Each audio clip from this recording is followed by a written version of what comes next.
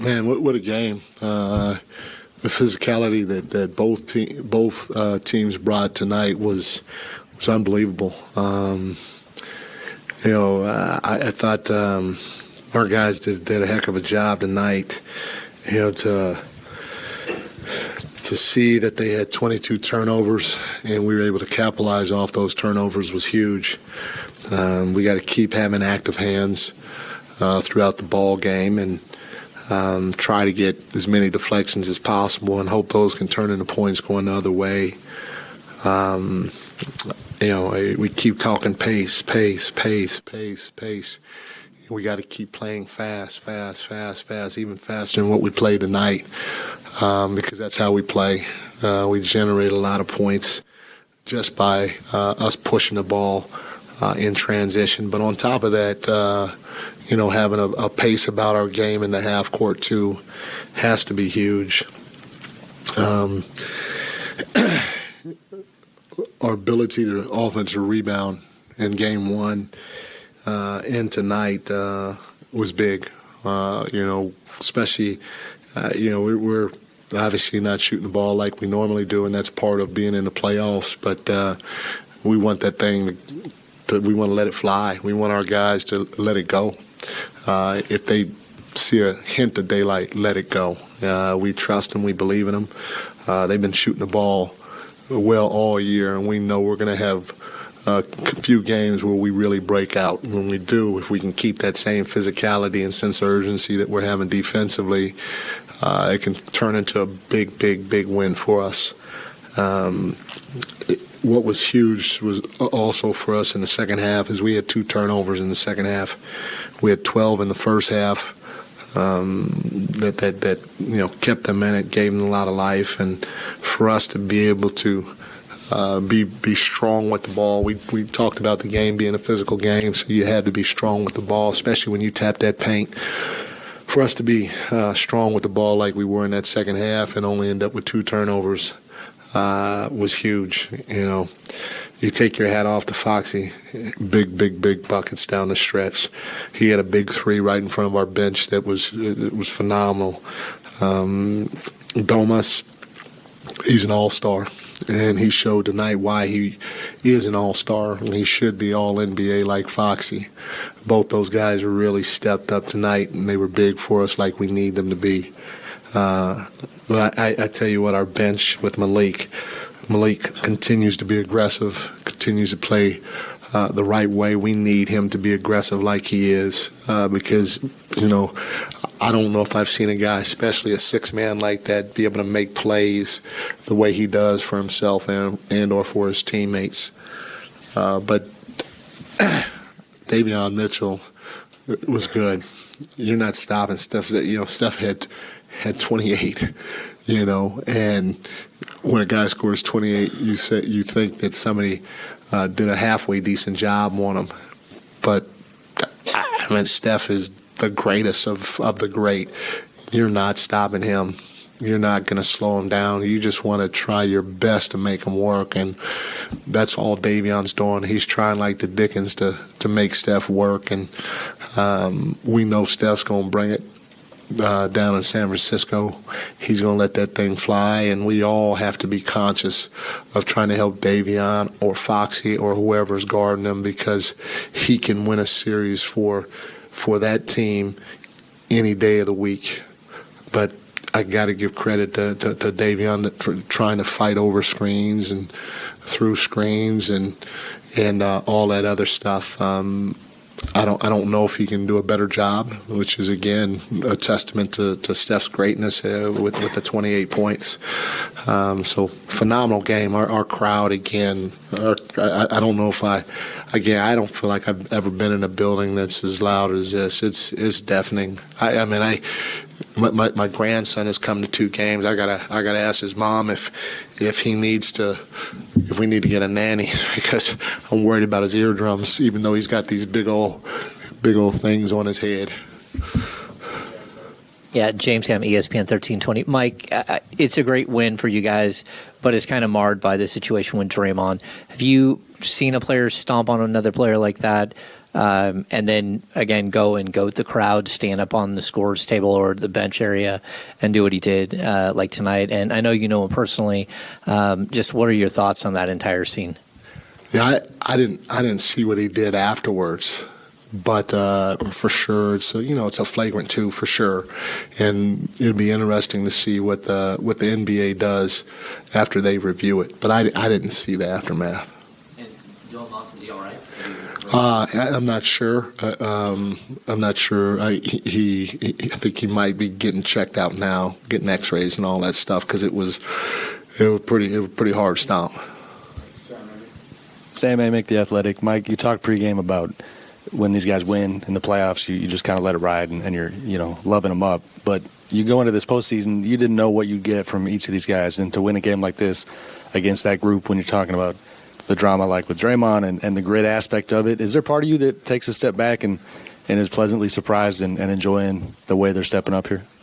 I am enjoying it, because like you said, like I've been saying, we've had a good regular season, but we haven't been on a stage like this. And you think that it's going to go a certain way because they played at a certain level throughout most of the year, especially when they were on the road and in tight situations. But you don't know until you experience it. And there's going to be a lot of firsts for us, a lot of tests for us. Every game we win in a situation like this, it's going to get harder because they're first of all the reigning champions. They have a championship DNA that is irreplaceable, with as many guys, and including their staff, that have won at a high level.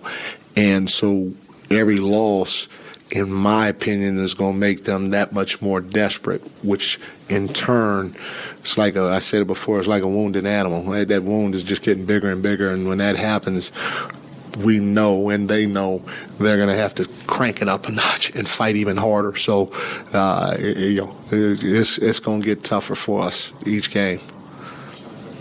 Mike, through 2 games, you guys have shown kind of the ability to remain composed in high-intensity situations, and I think that altercation kind of would fall into that. How much do you feel, I know you're speaking for yourself for a minute ago and seeing the altercation, but how much did that maybe bother your team and maybe, upset them in this game? Yeah, nobody likes to see that done to their teammate. In the same breath, you hit it on the head. We have to exceed their physicality on both sides of the ball. We have to play with a sense of urgency on both sides of the ball. But at the end of the day, there's a lot of stuff that's going to happen out there. And so we got to be smart with how we react, we respond, and our guys have been poised. And so I take my hat off to our guys because there's a lot going on out on that floor. Tony Harvey, NBC Sports Radio.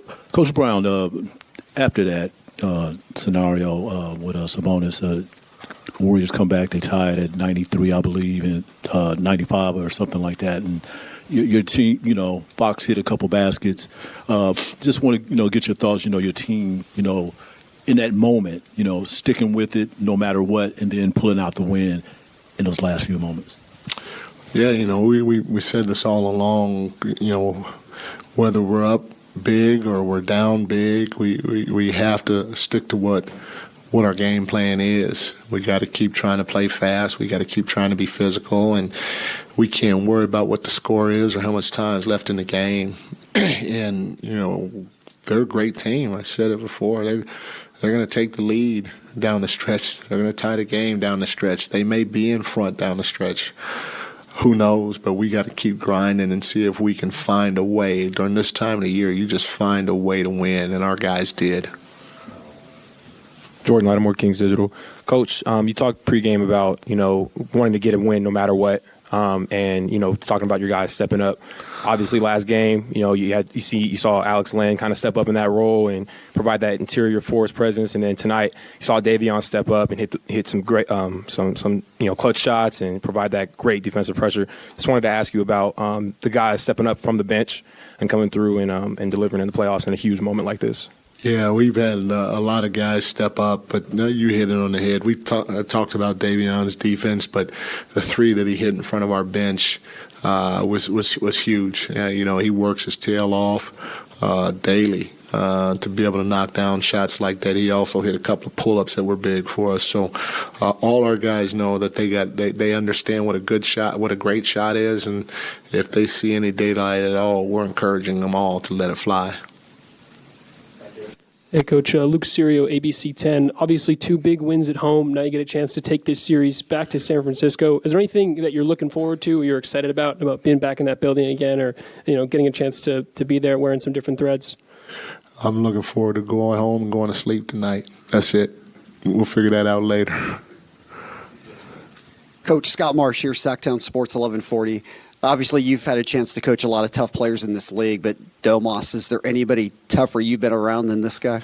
I don't think so, man. The dude's playing with a broken arm, a broken hand or thumb or whatever it is, and he got the way he got hit tonight in the head and the body and then the stomp and all that stuff. He's tough as they come. And then we ran him 40 minutes. I think we gave him about a 2-minute rest there, and then we put him back in the game. We said, we need you to play, and he went out there and played and did not complain. His motor is unbelievable. His mental toughness is unbelievable. And his physical toughness is unbelievable, and it was all on display tonight. Mike, what type of confidence do you think that locker room has after going up 2-0 and about to head into another opponent's building? Our group, they've been resilient all year. They've believed in each other at the highest level, and again, I take my hat off to them because that's half the battle. If there's any doubt at all that seeps into that locker room, you're in trouble. And our guys don't have any doubt. They understand that it's going to be tough, but they do believe in each other, which is a big-time thing. Steve mentioned how physical he thought this game was. I think he said there could have been 10 fouls called in the first 3 minutes. Did you feel it was both sides, an amped-up game from a physicality standpoint? It was extremely physical, but when you look at the box score, you look at the box score, the fouls are pretty much even, 26-25. And so the one thing that you want to be able to have happen is you want the refs to call a game consistently. And if they call a game consistently, then the fouls are going to usually even out at the end of the day. You're not going to have a big disparity in fouls. And he's right. It was a physical ball game. Both teams brought it in that area. And you just applaud the officiating crew because they didn't deviate from the way that they started calling the game. Mike, Jason Anderson, Sacramento Bee. Did you mentioned that Domas went back in and finished the game for you? Did he have any complaints about pain to the ribs, trouble breathing, anything physical that he was experiencing after that incident with Draymond? No. Coach Brandon Nunes, Kings Herald. There's times earlier this year where you guys struggled on the defensive end of the floor, and you would say that wouldn't work in the postseason. How encouraging is it for you for the long-term projection of this team to come out and win a game on the defensive end of the floor with an offense of their caliber? Oh, we talked about playoff basketball. You have to bring a certain level of physicality to the game, a sense of urgency to the game.